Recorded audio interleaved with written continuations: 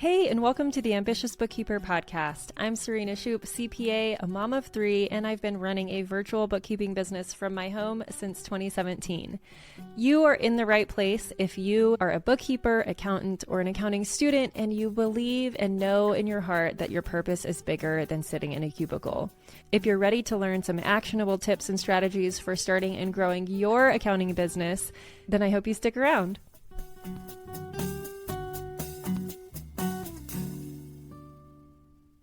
Hey, Kelly, welcome to the Ambitious Bookkeeper Podcast. How are you today? I'm so excited to talk to you, Serena. Thanks for having me on the show.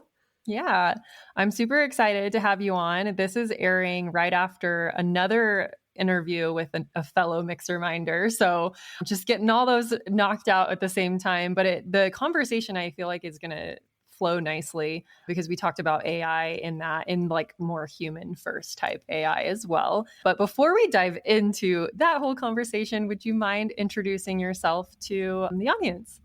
Yeah, absolutely. I feel like I'm in reinvention number 1 million, whatever, which don't we all go through that with business? I mean, my background has been PR, communications, and marketing for almost 20 years. And I've been running my own business for over 8 now, holy moly. And it's been sort of shifting with the times, learning about online business, still wanting to do a lot of in-person stuff for me in real life, and human connection and relationship building is always really like the strength and the power behind growth and for anybody. But 2025 was just like not on my bingo card at all. I decided, okay, AI is going to play an important role in how things are moving and how I want to operate. And I've always been like the kind of person I've started my business because I want to spend more time with my family. I want to be able to do the kid stuff. I'm a professional mom taxi probably every day from 3 till 7 p.m. or 4 till whatever. And then all weekends long, we're driving all the places to the gymnastics and the hockey and the volleyball practices and singing lessons and all of those things. And that's why I started my business. So when I saw the opportunity for AI to come in and help streamline things and kind of give me some time and space back, I was like, yeah, let's go.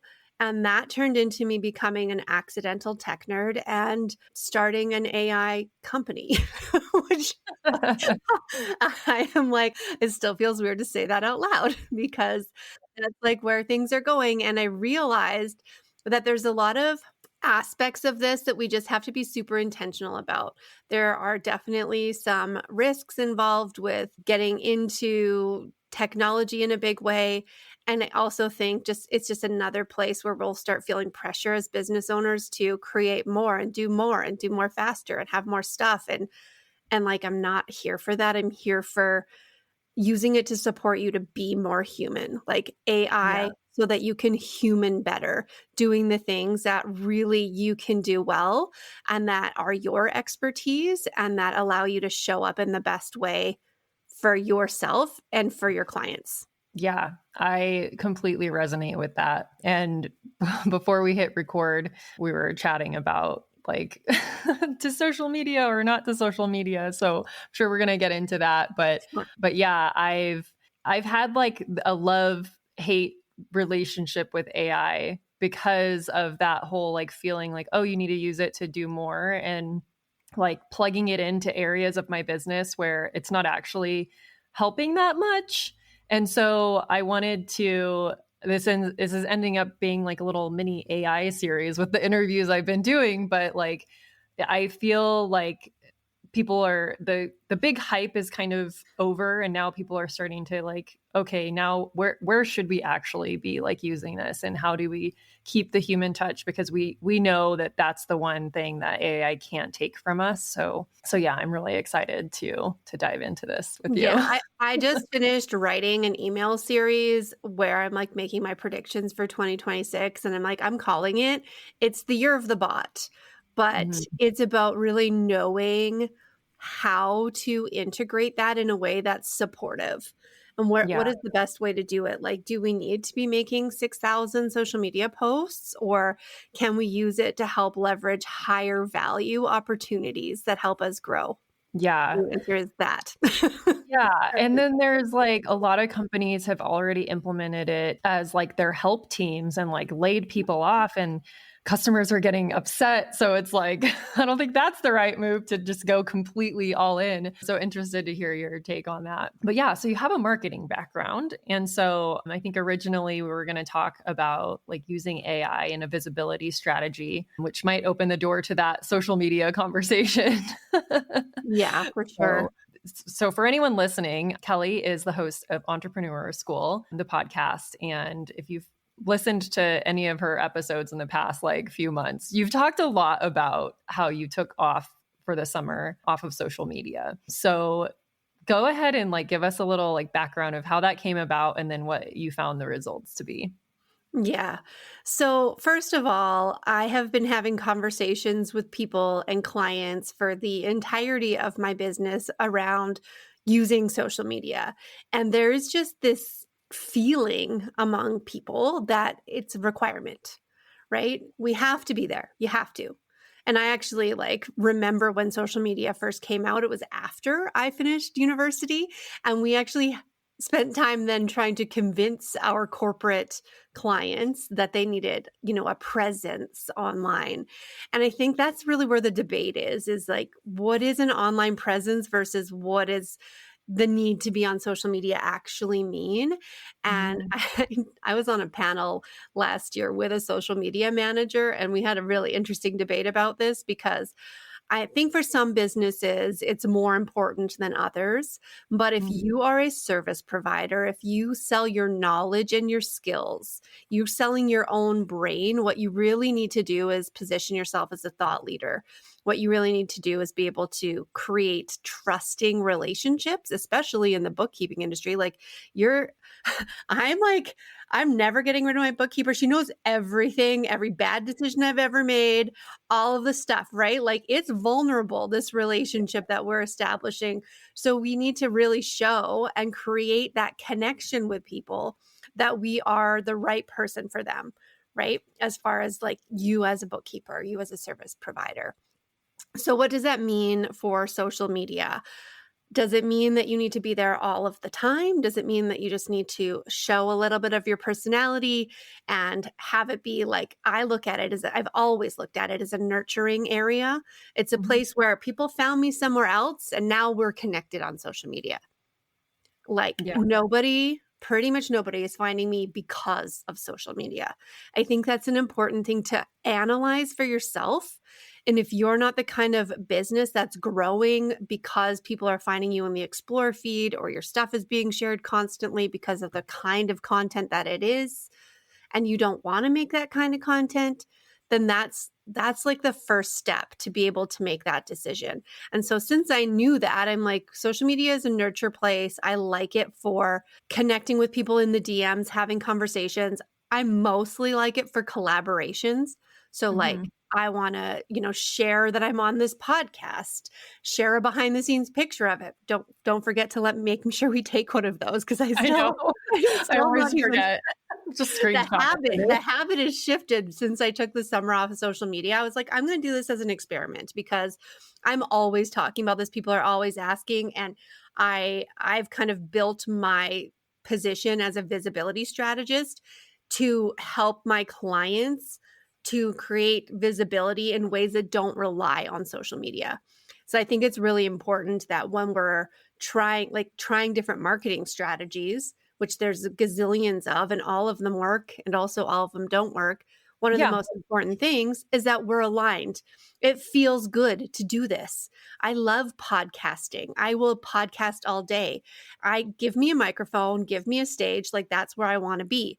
I do not Mhm. want to be writing a social media caption or figuring out whether I should do a video or remembering to take B-roll when I go to some event because it just isn't aligned for me. So I'm Yeah. like, I'm just going to not do it for the whole summer, taking the summer off. And I posted a picture of me at the lake, was like, summer off social, see you in September. And I barely even came back in September, to be honest. So what it has meant was I started reading a Kindle. I replaced my habit. I have to acknowledge that. It to remove the habit of picking up your phone and scrolling and replacing it with something else. That was what I did. I read like 8 books this summer Yeah. because of that. I had the best summer financially in my business in several years, in like 4 years, because I think I was just more aligned, and that whole energy shift that comes with that, right? Like having Mhm. had just done some other things like speaking in person. I was at a big women in business conference as a speaker in May, which led to several private clients. I just leaned into connecting with people in my email list and doing some things like that. And just another acknowledgement is I didn't take the summer off of visibility. I took the Mhm. summer off of social media. I still did all the other things that I would normally do, like participate in bundles, book speaking opportunities, have connection calls with people to create collaborations. Mhm. I also planned my own bundle that I hosted in September. So I was just more focused on doing those kinds of things. And that was incredibly more successful, felt better, and was more profitable than Yeah. before. Yeah. I told you this before we hit record, but I did something similar. And if you're listening, you've probably already seen this in my newsletters and things. But I took fall break off of social media. That was pretty much, I didn't make an announcement or anything. I just one day I was like, I'm just deleting the app off my phone, going to spend the fall break with my kids and focus on them. And then the end of fall break came along and I checked my DMs through ManyChat. So I just still didn't add it back to my computer or my phone. And I was like, let me just see if there's any important messages. And there was like one important message. The rest of them were just spam. And so I Mhm. was like, okay, I can actually just check messages on ManyChat and make sure all of my automations are firing. And we do still like I have the team that schedules the podcast clips on social media, but that's all we're doing. I wasn't on stories or anything like that, but that's part of our visibility strategy. So, but it's not like me physically on the app. Yeah, and I think that that's also important. Like you're using it as a leverage to repurpose other things. And I think that's exactly how it should be used. I do the same thing. Most of the content that I share is just my podcast related stuff. And Yeah. if I'm like participating in a summit or a bundle or some kind of collaboration and I want to connect with the other person through social media, that's what I'm doing that for. I'm not ever making something that just goes on Instagram. Yeah. Yeah. And so I went through fall break, checked my messages. Nothing really was that important. And the one message that was, I just answered them. And then I set up a new automation that just fires off a message anytime someone DMs me, like outside of a normal ManyChat automation. And that was like, I'm taking a break from social media. The response is going to be delayed. So they've already expected, like, if they need to get a hold of me, they can figure out how else. Go listen to the Yeah. podcast, go to the YouTube channel. Otherwise, I'll reply to your message in like within the next week or something. Or send me And an email like a normal person trying to reach a person.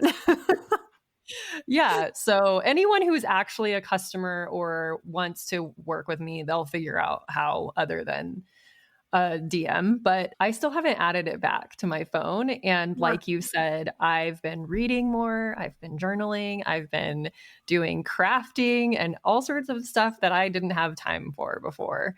And I don't miss the social media scroll at all. Like, yes, I'm kind of out of touch with some things going on in the world, but you know, everything has you win some, you lose some. Oh, it's yeah, yes, 100%. And I think it's important I think we have it kind of hyped up in our heads what the risk is if we get off of this. Like I've had people talk to me who only have like 100 followers and they're worried about what happens if I get off social media. It's like no one will notice, like actually. No. And I'm not saying that to be rude. It's just Yeah. like it's performative. It's what I call performative marketing, where we're doing something for the sake of feeling like we're doing something. Yeah. And what we really need to focus on are things that have higher ROI. So, knowing what that is for your business, what is actually getting you leads, what is actually getting you in front of the better fit clients, growing your email list, doing those strategic things, Mhm. that's what we need to be spending time on. I actually built an AI tool that helps you like audit this. Her name's Valerie, the visibility auditor, and you can keep track because part of it is building a habit, right? Like it's all in our head a little bit around we have to be on social media. So, I'm going to post, I'm going to post, I'm going to post, and you just look back and go, oh, I haven't posted at all this week or something. And that's your entire assessment, whether or not you've done something for visibility. But there's tons of other options. Like Valerie has like 35 baked in strategic moves that you can make for your Yeah. visibility strategy. And actually, I have a gift I'll give you as well. Whether I might be giving you lots of gifts by the end of this conversation, but just to help you to make decisions about what to actually do, because that might mean like having a coffee chat with somebody and actually like booking a collaboration, doing an email list swap, being part of a bundle, being part of an online event or a summit, being in real life, going to a networking event, like all of these things, just emailing a past client or somebody that you really like want to connect with. Those things are way more strategic than posting on social media, have way more impact on your business and the end goal of actually getting leads so you can get clients so that you can have more impact with what you do. Yeah. Absolutely. And my final note on taking the break, which I told you before, was I'm still not on social media, and I've sent in that time frame I booked 3 new clients. So it's not that it was pointless to like have social media, but it's not what was bringing me clients. It Yeah, was more of a nurturing tool. So yeah, and that can take the pressure off, right? yeah, To know that the reality for you, like what is the reality of the role of social media in your own business? Do that assessment. yeah, yeah, absolutely. So the for building in AI to the visibility, so you have the visibility tool, Valerie, right? Yes, I know all of my I can hardly keep track. I have so many now, and they all have lady names and Love it. alliteration and fun, cute little avatar pictures. So That's awesome. So it sounds like you've built like a suite of little tools to help. Is it with just visibility or other marketing and other pieces of your business? oh, well, that's a very big question. I use AI in almost everything that I do. I now have switched gears. I realized over the last year that I switched the way I think entirely so that I access how can AI support me with this first Mhm. instead of looking at it like how can AI like polish this or it maybe add to this or review this for me. So I think that Mhm. that's the main thing that I've done overall. And so I use it for every piece of my podcast, my communications and marketing materials. I know that kind of what my philosophy on visibility is that it has to become a habit. So these things that you do that are strategic, they should take you less than 10 minutes a day and they can have huge impact. But a lot of these things, they take a long time. Like how many times do we reschedule this podcast interview, right? Sorry. No, but that's just the reality of it. So Yeah. you're not like getting on a podcast every day unless for months in advance you've been reaching out and connecting with podcast hosts all the time. And then Yeah. in order to actually get on that podcast, what do you need? You need your bio, you need a description of whatever free gift you might be giving away. You need that all set up. And all those things can be supported by AI as well, so that everything is at your fingertips and ready to make that podcast pitch just as easy and quick for you as what you think would take you for a social media post. So that's where you really are like leveraging it and choosing like the things that maybe felt harder or like a bigger reach are now just as simple for you to achieve as the things that you thought were low hanging fruit and quick, Mhm. which I mean, I Yeah. have opinions on that too. Back to the social media thing. Have you ever posted on social media and had it not take you at least 45 minutes? By the time that you post it and format it and get a picture and then engage with people and find the music and then you're scrolling and then you've lost 45 minutes. It is. Yeah, it's quite the time suck for sure. And it used to be fun for me, and then somewhere along the way it stopped being fun. Yeah.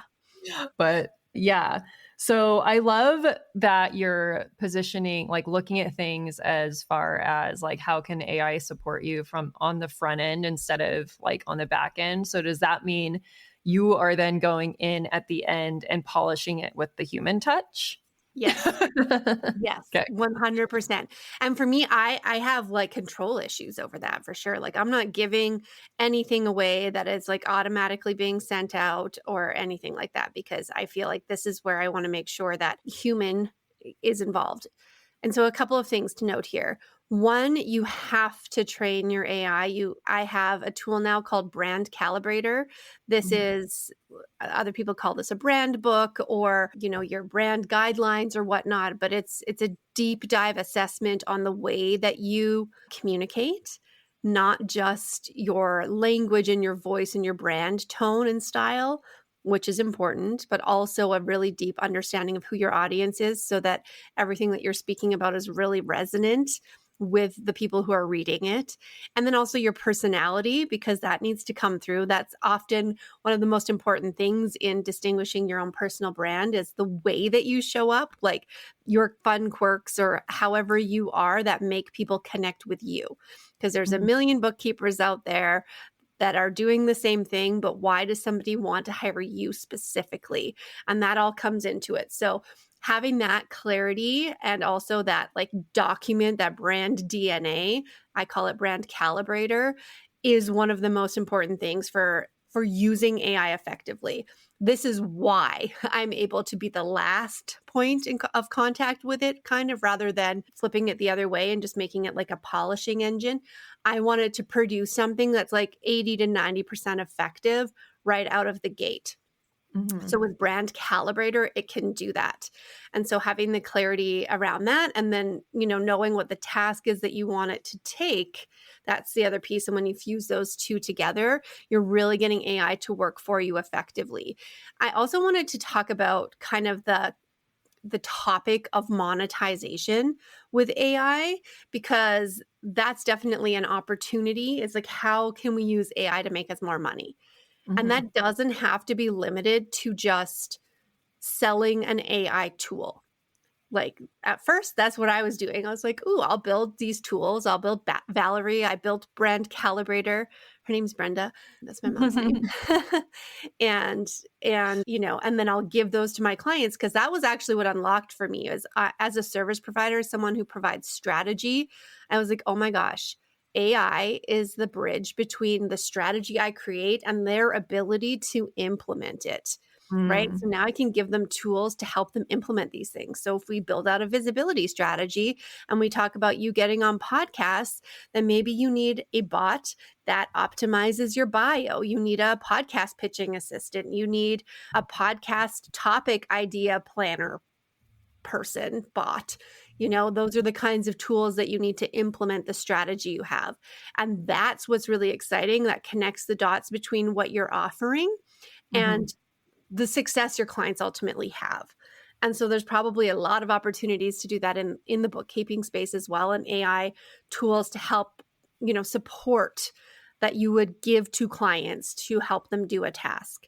The other Yeah. two areas, which I don't think people think about this when it comes to monetization, are your operational efficiency. So especially when you're in client service, like as a service provider, you only have so much time. And Yeah. ultimately, your time is what is making you money. So, how do you get more of it back?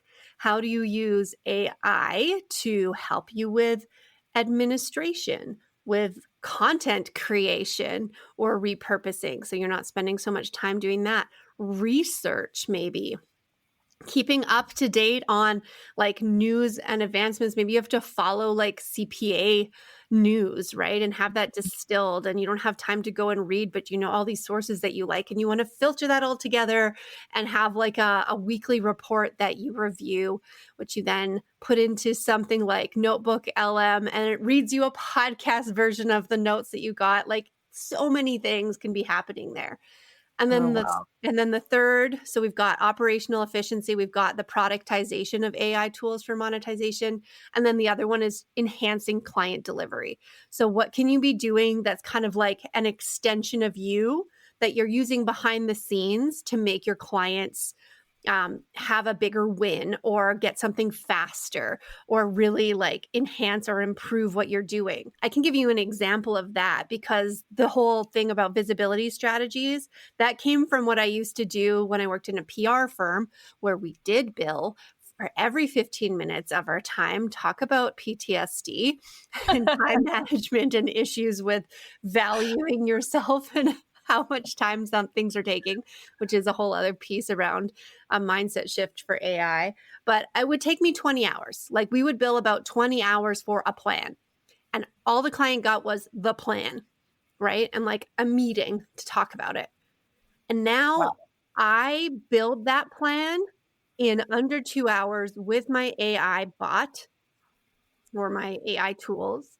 And I deliver it to my client before I even talk to them.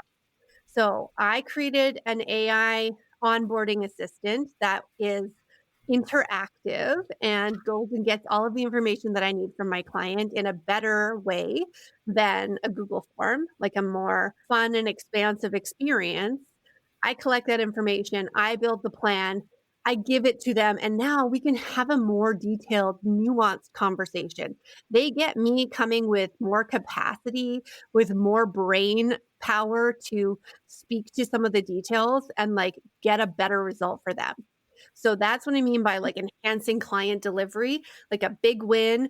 And it just gives you more space to do better at what you human do. Right. So Yeah. this is where like in the end, all of these pieces, they allow you to human more, do the things that really can't be done by the bots, and let the bots do the rest. Yeah. I love that. There's so many ways that I'm sure a lot of bookkeepers are probably thinking of ways that they could use it to like make their operations more efficient, but maybe not. It's something that I'm constantly reevaluating. I'm going through a big project right now, kind of like revamping whatever we can to automate things. And we use a lot of Zapier. So like building that in with AI type of stuff. It's been fun.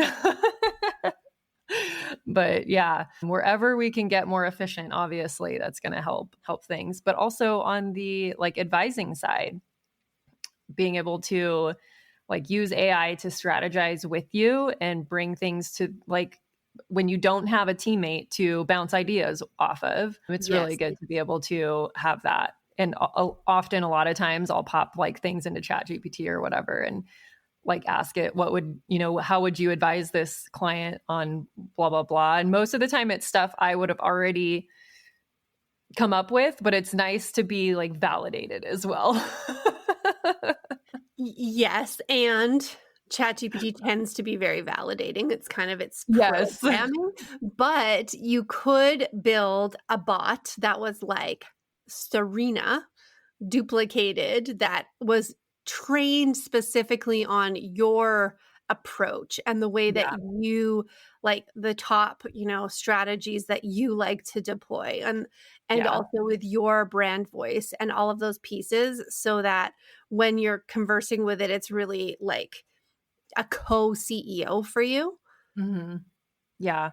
And so that Especially could be being used able to train internally. it on like a Mhm, certain industry or like mhm. whatever if you're niche. But yeah, have barely dipped my toe into that. So Yeah, and I think it's exciting that I think this is just it. Like where we're at right now, we're recording this November 2025.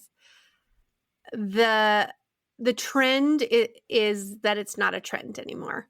Like it's not a Mhm. fad, it's not going away. So it's time to figure out how to get on board and integrate this and ask all the questions. Like the questions that I'm hearing from people are how do I, do this in an ethical way that feels right for me and values aligned and that I'm not like cheating and I'm not, giving up my everything that I worked for, all of my skills, the years of experience and handing it over to a bot. It's just a shift in your own mindset to really approach this from a way that says that you can. You don't need to let AI replace you. That's not the goal. It's allowing it to enhance you. So, Mhm. right? Because like if you are a full cup and you pour all of that cup into like messing around doing admin stuff, and then you're supposed to have like a strategy conversation with a client and you're fully depleted at that point, then you're not going to be showing up for your client in the way that you want to. Yeah. Right. So that's where we can really lean on these tools and bringing AI adoption into your business into in 2026. It's time. Yeah. Yeah. One of the things that a lot of bookkeepers are fearing and being told, unfortunately, by people, whether it's in the industry or outside, it's like bookkeeping seems to be one of those things that is like, AI is coming for your job. We're Mhm. going to be obsolete. And so I'm curious from your perspective as a business owner, if that's how you feel about the bookkeeping profession, because I feel like we all get into this echo chamber in our own industries, right? And Yeah. so we continue to be fed the same information from various sources within our industry. And so, since you're a business owner and not a bookkeeper, I'm curious to hear your perspective on that and what you're seeing, what you've experienced, because you said you have a bookkeeper. I'm not sure if you're on QuickBooks Online or something else, but all these tools are also building in AI. So, Mhm. Mhm. And I don't touch any of them myself. Like the reason I have a bookkeeper is because I don't want to do any of it ever. Like I yeah. don't I want to hand her the pile of receipts and that's it. Like or Yeah. forward things to an email address that she organizes and everything. I think, you know, what I would say to that comment is overall, with respect to any industry, bookkeeping or any other industry, it just shifts what you need to do in order to show your value, Yeah. right? So if you now have access to AI tools that are doing things faster and automated and for you, then what do you get to do now that you have time for? That is not what your client was paying you for before, right? Like what's the new win or the way that you can like add an extra human layer? Because I think that that's actually an expectation shift that's going to happen, right? We were in an age where we just thought, done for you, everything, like whatever. Or like, I can do it myself. That's great. I've got this tool. But I think that with more AI and more online, people are going to crave more human connection. So I think that we're going to move into an era where we're providing done for you stuff and more one on one or like more immersive experiences as far as our offers go. Yeah. I agree with that. I just like to hear it from business owner perspectives because there are still business owners out there. I had a conversation on Threads where I had posted something about like creating an offer where we're delivering financial results within 5 days after the close of a business, which is actually really, really fast compared to most bookkeeping businesses. Usually it's like 15 to 20 days after the end of the month. But I was like, what if we created an offer where we give you the results like so much faster so you can make better, faster decisions? And a business owner commented, like, why would I pay you to do this when AI can do it for me? And it's like, well, because AI is not perfect and it's not going to be accurate, but they might be able to do it for you. We haven't seen 100% accuracy with the AI yet. So at the very least, Really, such a we need good oversight. distinction. And this is a thing that people who are just AI users don't necessarily get. We think that AI should just know everything, but there's a huge difference between AI and bookkeeper backed AI, lawyer backed AI, marketing strategist backed AI. Like everything that AI knows is trained from like the internet and things that people put out there, but your own individual approach and strategy that is different for you, you're using AI and you know what the outcome should be. Right? Yeah. Like that's the difference is when you put something through, if you ask the AI the same question that I did, you would know whether or not it was actually correct, Yeah. accurate, or whether you'd want to reframe it in a certain way, right? Like when I ask for help building a visibility strategy, which you could do, yours would say, go do these things. And you'd be like, huh, that sounds pretty good. And probably is. But my approach would be to, nuance this and ensure that messaging and make sure that like it aligns with these goals, like has all these cross-reference checkpoints in it, that's Mhm. not generic. Like that's my lens on it, right? And the Yeah. same with bookkeepers. You put your lens on it because you have your expertise and your experience. There's a huge difference between generic AI and AI that is built by or used with somebody who has a particular expertise. Yeah. It's just it's sparking questions for me. Like, I wonder what QuickBooks is using to train AI. Is it they're using the current bookkeeping that's being done in their software by bookkeepers and business owners? Because that's why they're probably getting inaccuracies because business owners don't have the same training that we do. And then there's also bookkeepers in there doing bookkeeping that shouldn't be. And so their stuff is inaccurate as well. So, like, what is their AI even being trained on? And is that why it's not perfect? Like Yep. all these questions. It is this whole evolution. Like it's still pretty new. Like Gen AI only came onto the scene as we're speaking just 3 years ago. Yeah. And so everything and it's changed and evolved so much in that time in terms of people's awareness of it, its own effectiveness, how LLMs work, what different ones have come onto the scene is competition, all of those things. Like so really like it's what's interesting about it is, and I'm working with a software developer right now because we're building our own AI platform. And he says, like, in his experience building software, you build software and then it either works or it doesn't work. Like, it's pretty black or white. You know what it's supposed to do.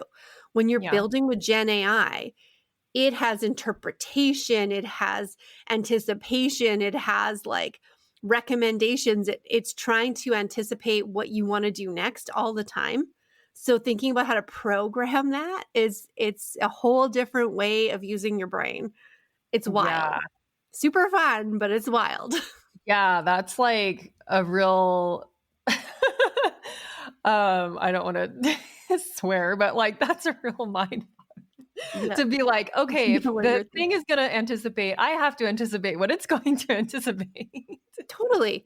Yes, like to the point that I've gotten, okay, you're not supposed to do this. Like your job is to stay in this box, basically. Like I want you Yeah. to be really good at this box that you're in, not anticipating other things. So it's, taught me how to build custom GPTs with specific guardrails that prevent like scope creep.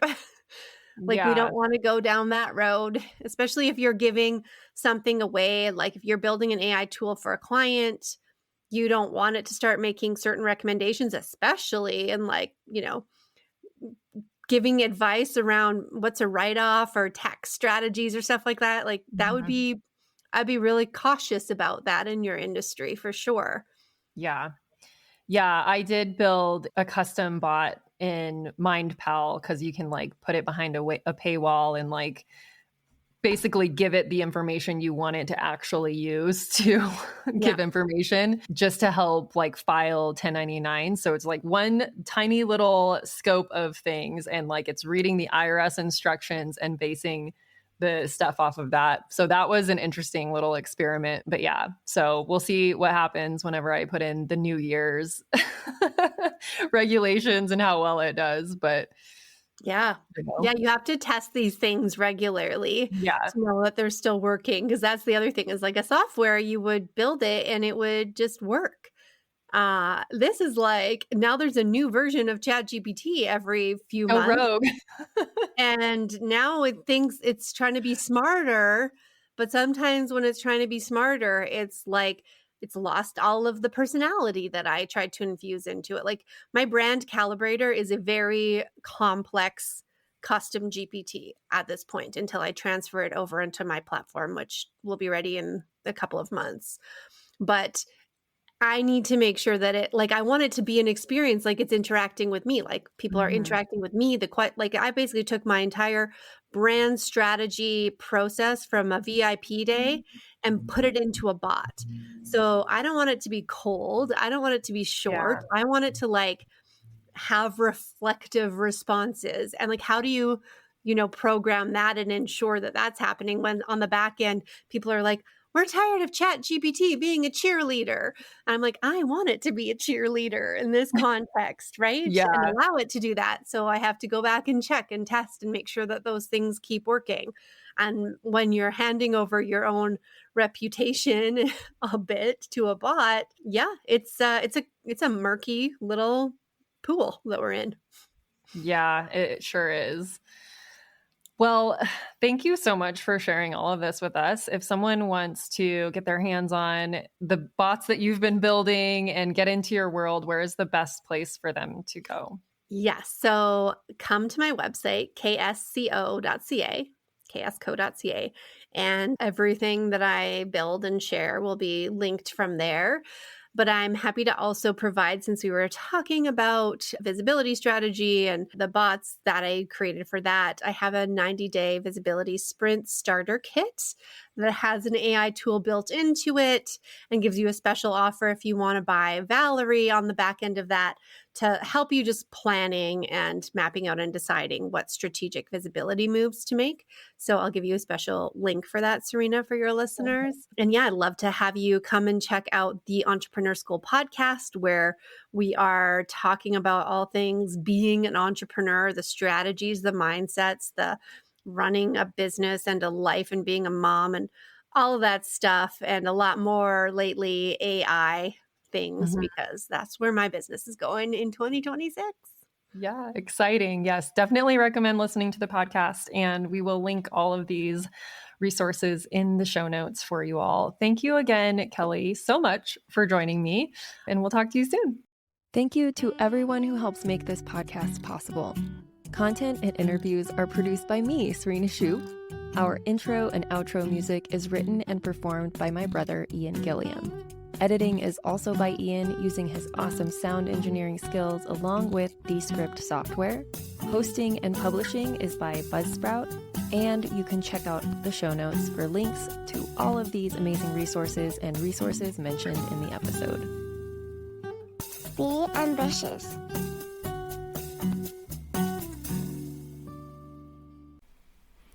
Can I let you in on a little secret? If you're still manually sending proposals, chasing signatures, or onboarding clients through email ping pong, you are doing way too much.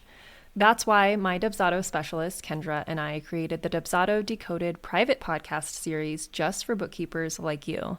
It's totally free, it's 7 episodes, and it's in a private feed where we walk you through how to create a seamless automated client experience using Dubsado. We cover how to simplify your onboarding, boost your confidence, and actually impress clients from day one without spending hours on admin. And yep, it's free, private, and bingeable in under a week. Head over to ambitiousbookkeeper.com/Dubsado to get access and stay in the know on when our Dubsado course goes on sale. Again, that's ambitiousbookkeeper.com/Dubsado. You are going to love it. The link is also in the show notes.